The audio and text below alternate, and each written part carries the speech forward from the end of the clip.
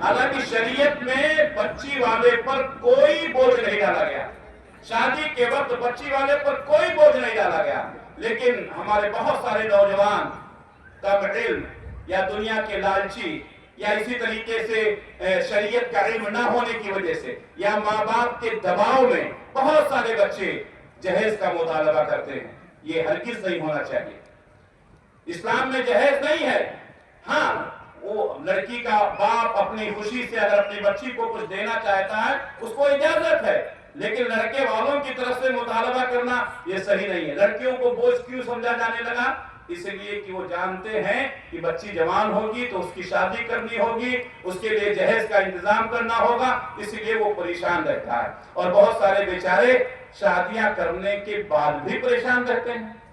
تو جس کی فطرت میں بغاوت ہو یا جس کا نیچر ہی خراب ہو، اس کو آپ کتنا بھی دے دیں اس کا پیٹ بھرنے والا نہیں ہے۔ تو بہت سارے لوگ ہیں شادی ہونے کے باوجود بھی، جہیز پانے کے باوجود بھی بچیوں کو پریشان کرتے رہتے ہیں، ان کے گھر والوں کو پریشان کرتے رہتے ہیں۔ اللہ کے نبی صلی اللہ علیہ وسلم نے اس کیفیت کو محسوس کیا، چنانچہ اللہ کے نبی صلی اللہ علیہ وسلم نے فرمایا من ابتلی من هذه البنات بشیء، اگر کسی شخص نے ان عورتوں کی وجہ سے کوئی پریشانی جھیلی، اس کو کسی آزمائش میں مبتلا کیا گیا، بچی کی وجہ سے اس کے اوپر پریشر ڈالا گیا، اللہ کے نبی صلی اللہ علیہ وسلم فرماتے ہیں فَأَحْسَنَ إِلَيْهِنَّ، اور انہوں نے اپنے بچیوں کی صحیح پرورش کی، ان کے ساتھ حسن سلوک کیا، كُنَّا لَهُ سِتْرًا مِنَ النَّارِ، تو وہ جہنم سے آر بن جائیں گی، جہنم کے بیچ میں دیوار بن جائیں گی۔ معلوم یہ ہوا کہ بچیوں کی طرف سے آزمائشیں ہوں گی، اس لیے بچیوں کی پیدائش پر لوگ پریشان ہوتے ہیں۔ پیارے نبی صلی اللہ علیہ وسلم نے فرمایا یہ پریشانیاں اور یہ مصیبتیں آپ کے لیے جنت میں جانے کا راستہ بن جائیں گی، جہنم سے آڑ بن جائیں گی، جہنم سے دیوار بن جائیں گی۔ دوسری شکل جو ہوتی ہے وہ بیوی کی، بیوی کے متعلق اللہ کے نبی صلی اللہ علیہ وسلم نے فرمایا کہ سب سے بہتر آدمی وہ خیرکم خیرکم لأہلکم وانا خیر لأہلی، میں تمہیں سب سے بہتر انسان وہ ہے جو اپنی بیوی کے لیے بہتر ہے اور میں اپنی بیویوں کے لیے بہت بہتر ہوں۔ ہمارے بہت سارے نوجوان دوستوں میں رہتے ہیں، خوب ہنسی مذاق کرتے ہیں، کھاتے ہیں، پیتے ہیں، کوئی پریشانی نہیں، لیکن بیوی کے پاس جاتے ہیں تو بالکل ایک دم بات نہیں کرنا چاہتے ہیں، ہنسنا نہیں چاہتے ہیں، مسکرانا نہیں چاہتے۔ نہیں میرے بھائی، اللہ کے نبی صلی اللہ علیہ وسلم فرماتے ہیں انا خیر لأہلی، میں اپنی بیویوں کے لیے بہت بہتر ہوں۔ آپ صلی اللہ علیہ وسلم اپنی بیویوں سے کس طرح خوش رہا کرتے تھے، آپ ان کے خواہشات کا کس قدر خیال کرتے تھے۔ حضرت عائشہ صدیقہ رضی اللہ تعالیٰ عنہ کہتی ہیں ایک بار میری خواہش ہوئی کہ میں حبشیوں کا کھیل دیکھوں، نبی کریم صلی اللہ علیہ وسلم کی مسجد میں حبشی کچھ کرتب دکھا رہے تھے، حضرت عائشہ کی اس خواہش کو پوری کرنے کے لیے اللہ کے نبی صلی اللہ علیہ وسلم نے فرمایا ٹھیک ہے، آپ کھڑے ہو گئے اور حضرت عائشہ آپ کے کندھے پر سر رکھ کر کے حبشیوں کا کھیل دیکھتے رہی۔ اس کے بعد کتنی دیر تک دیکھتے رہی آپ تصور کر سکتے ہیں۔ اللہ کے نبی صلی اللہ علیہ وسلم نے جب محسوس کیا کہ حضرت عائشہ کا دل بھر گیا ہے، اب وہ نہیں دیکھنا چاہتی ہیں، تو ہمارے نبی نے فرمایا بس، تو کہا ہاں میرے بھائیوں، اس طریقے سے بیویوں کا خیال رکھا جائے، ان کے ساتھ اس نے سلوک کیا جائے۔ آج بہت سارے لوگ بات بات پر بھڑک جاتے ہیں، نمک زیادہ ہو گیا بھڑک جاتے ہیں، کہیں چاول میں بال آ گیا بھڑک جاتے ہیں، کہیں تیکھا ہو گیا بھڑک جاتے ہیں۔ ہر انسان سے ہو جاتا ہے، ہر انسان سے غلطیاں ہو جاتی ہیں، اندازہ ہوتا ہے، اندازے میں کبھی کمی زیادتی ہو جاتی ہے۔ عورتوں کے ساتھ اس نے سلوک کرے۔ پیارے نبی صلی اللہ علیہ وسلم ہمیشہ اپنے عورتوں کے ساتھ اس میں سلوک کرتے تھے، ان کے درمیان انصاف کرتے تھے۔ کچھ لوگ ہیں جن کے پاس دو دو بیویاں ہیں، تین تین بیویاں، ان کے ساتھ انصاف کا معاملہ کیا جائے۔ اگر کوئی شخص دو بیویوں والا ہے، ایک بیوی کے ساتھ اس نے سلوک کرتا ہے، دوسری بیوی پر ظلم کرتا ہے، اللہ کے نبی نے منع فرمایا۔ پیارے نبی صلی اللہ علیہ وسلم نے فرمایا کہ جو اپنے بیویوں کے درمیان انصاف نہیں کرتا ہے وہ قیامت کے دن اس حال میں آئے گا کہ اس کا ایک پہلو گرا ہوا ہوگا۔ تو ہمیں چاہیے کہ اپنی بیویوں کے ساتھ اس نے سلوک کریں۔ اللہ تبارک و تعالیٰ نے بھی یہی فرمایا وَعَاشِرُوهُنَّ بِالْمَعْرُوفِ، ان کے ساتھ معروف طریق، معروف کہتے ہیں ہر معاملے میں خیر کا پہلو اپنایا جائے۔ کوئی غلطی ہو گئی، خیر کا پہلو اپنایا جائے، لیکن لوگ بھڑک جاتے ہیں، ایسا ہرگز نہ کریں۔ مہمانوں کے ساتھ آپ عزت کے ساتھ بیٹھتے ہیں، بیوی کھانا پکا کر تیار کرتی ہے، کچھ کمی بیشی ہو جاتی ہے، کچھ 9-10 ہو جاتا ہے، لیکن ذرا سی کمی کو لے کر کے بیویوں پر بھڑک جانا صحیح نہیں ہے۔ گھنٹوں کچن میں رہنا، گرمی کا مہینہ ہو، سردی کا مہینہ ہو، بارش کا مہینہ ہو، آپ کے لیے کھانا پکانا، آپ کے بچوں کے لیے کھانا پکانا، آپ کے مہمانوں کے لیے کھانا پکانا، گھنٹوں تک کچن میں رہنا، یہ معمولی بات نہیں ہے۔ خصوصاً رمضان کے مہینے میں جبکہ ہماری آنکھیں کھلتی نہیں ہے سحری کھانے کے لیے، ہم سے گھنٹوں پہلے وہ جاگ کر کے سحری تیار کرتی ہے، افطاری تیار کرتی ہے، کیا گرمی کیا سردی، لیکن بہت سارے لوگ عورتوں پر بھڑک جاتے ہیں۔ وَعَاشِرُوهُنَّ بِالْمَعْرُوفِ کا مطلب یہ ہوتا ہے کہ معروف طریقے سے زندگی گزارو، ہر معاملے میں خیر کا پہلو اپناؤ۔ پیارے نبی صلی اللہ علیہ وسلم کے پاس ایسے بہت سارے مسائل آتے تھے، صحابہ کرام اپنی بیوی کی کوئی خامی بیان کرتے تھے تو اللہ کے رسول نے فرمایا کہ اس کے اندر اچھائیوں کو دیکھا کرو، خامیوں کو نظر انداز کیا کرو۔ اسی طریقے سے تیسری شکل ہوتی ہے ماں کی۔ ماں کے متعلق تو آپ نے بارہا سنا کہ ماں کے قدموں کے نیچے جنت ہے۔ اللہ تبارک و تعالیٰ نے والدین کے ساتھ حسن سلوک کا حکم دیا ہے۔ وَقَضَىٰ رَبُّكَ أَلَّا تَعْبُدُوا إِلَّا إِيَّاهُ وَبِالْوَالِدَيْنِ إِحْسَانًا۔ اللہ تعالیٰ نے یہ فیصلہ کر دیا ہے کہ اللہ کی عبادت کی جائے، اس کے علاوہ کسی دوسرے کی عبادت نہ کیا جائے، اور والدین کے ساتھ حسن سلوک کیا جائے۔ ماں باپ کے ساتھ حسن سلوک کرنا یہ اللہ کے حقوق کے بعد سب سے بڑا حق ہے۔ ایک صحابی اللہ کے نبی صلی اللہ علیہ وسلم کے پاس آئے اور کہا کہ اے اللہ کے رسول سب سے افضل عمل کیا ہے؟ تو آپ نے فرمایا الصلاۃ علی وقتہا۔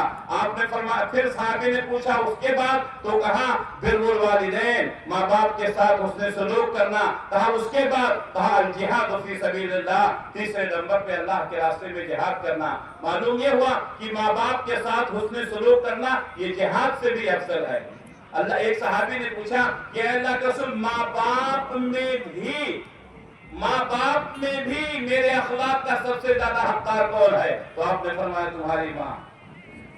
کہا پھر؟ کہا تمہاری ماں۔ کہا پھر؟ کہا تمہاری ماں۔ یعنی 3 مرتبہ اللہ کے نبی صلی اللہ علیہ وسلم نے فرمایا تمہاری ماں، تمہاری ماں، تمہاری ماں، اور اس کے بعد چوتھی مرتبہ فرمایا تمہارا باپ، تمہارا والد۔ اس کا مطلب یہ نہیں ہے کہ والد کا مقام کم ہے۔ عام طور پر بچے والد کا تو احترام کرتے ہیں ان کے ڈر کی وجہ سے، ان کے پیسے کی وجہ سے، ان کی جائیداد کی وجہ سے، لیکن ماں تو چونکہ کمزور ہوتی ہے اس لیے ماں پر زیادہ لوگ ظلم کرتے ہیں، ماں کا خیال نہیں کرتے ہیں۔ اللہ کے نبی صلی اللہ علیہ وسلم نے باپ سے بھی 3 گنا زیادہ ماں کا درجہ بتا کر کے یہ ثابت کیا ہے کہ اسلام عورت کو کس نگاہ سے دیکھتا ہے۔ تو یہ تینوں حیثیتیں میں نے آپ کے سامنے بیان کی، بیٹی کی حیثیت، اس کے بعد بیوی کی حیثیت، اس کے بعد ماں کی حیثیت۔ یہ تینوں حیثیتیں یہ بتاتی ہیں کہ اسلام میں عورت کا مقام بہت اونچا ہے۔ بیٹی کی حیثیت سے باپ کے میراث میں وہ حصہ پائے گی، بیوی کی حیثیت سے شوہر کے میراث میں حصہ پائے گی، اور ماں کی حیثیت سے وہ بیٹے کی میراث میں بھی حصہ پائے گی۔ یعنی ہر اعتبار سے اللہ تبارک و تعالیٰ نے عورتوں کو پروٹیکشن دیا ہے، عورتوں کو مضبوط کیا ہے۔ اس لیے کوئی اگر یہ کہتا ہے کہ اسلام عورتوں پر ظلم کرتا ہے تو یہ اسلام کے خلاف سازش ہے، اور ہماری عورتوں کو، ہماری خواتین کو بے پردہ کرنا چاہتا ہے، گھروں سے باہر نکالنا چاہتا ہے۔ اسی لیے بہت ساری خواتین نے کیا کیا؟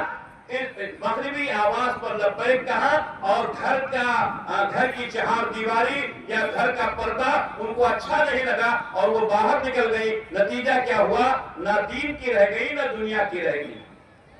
تو ہمیں چاہیے کہ اسلام نے جو ہم کو حق دیا ہے، اسلام نے جو ہم کو عزت دی ہے، اس عزت کا خاص خیال رکھیں اور اپنے آپ کو اسلام کے دائرے میں رکھ کر کے اسلامی اصولوں پر عمل کرنے کی کوشش کریں۔ اللہ سے دعا ہے کہ اللہ رب العالمین ہم تمام لوگوں کو نبی کریم صلی اللہ علیہ وسلم کی بتائی ہوئی شریعت کے مطابق زندگی گزارنے کی توفیق عنایت فرمائے۔ اللہ ہم سب کو اپنی خواتین کی عزت کرنے کی اور ان کے ساتھ اس سے سلوک کرنے کی اللہ توفیق عنایت فرمائے۔ اللہ جب تک دنیا میں رکھے اسلام پر قائم رکھے، خاتمہ ہو تو ایمان بالخیر پر ہو۔ ربنا تقبل منا انك انت السميع العليم وتب علينا انك انت التواب الرحيم برحمتك يا ارحم الراحمين آمين۔ والسلام علیکم ورحمۃ اللہ وبرکاتہ۔